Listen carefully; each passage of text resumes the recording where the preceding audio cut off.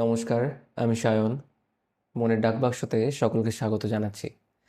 আজ আমি যে কবিতাটা পড়তে চলেছি সেটা খুব গুরুত্বপূর্ণ আমার কাছে, আমার লাইফে।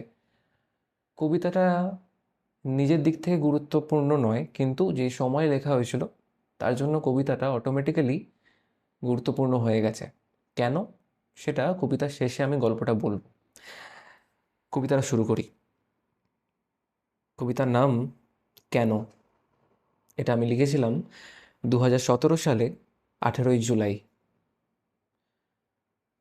কিছুদিন আগেও তো ছিলি অচেনা, আজ কেন এক মুহূর্তের জন্য মেসেঞ্জারে অফলাইন হলে এ মনে বেদনার আগমন হয়?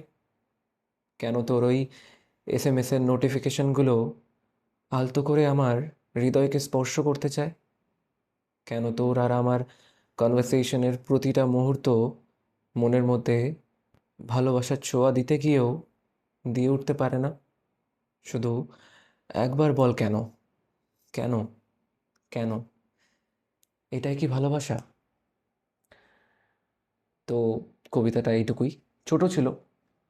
আর এটা কেমন লাগলো, আর এই সিচুয়েশন থেকে কবিতাটা শুনে কারো যদি মনে হয় যে হ্যাঁ, এই সেম সিচুয়েশন থেকে আমরা যাচ্ছি বা এরকম আমরা গেছি পাস্টে, তো তারা কমেন্ট করো কেমনভাবে তোমরা সেই সিচুয়েশন থেকে ওভারকাম করেছো, বা এখন যদি যাও তাহলে কীভাবে ডিল করছো, ঠিক আছে, বা কার কথা মনে পড়ছে, তাহলে সেটা বিষয়ে জানতে পারবো, অনেকজন জানতে পারবে। আর হ্যাঁ, এবার আসি এই কবিতাটার পেছনে ছোট্ট করে একটু গল্পটা বলে দিই।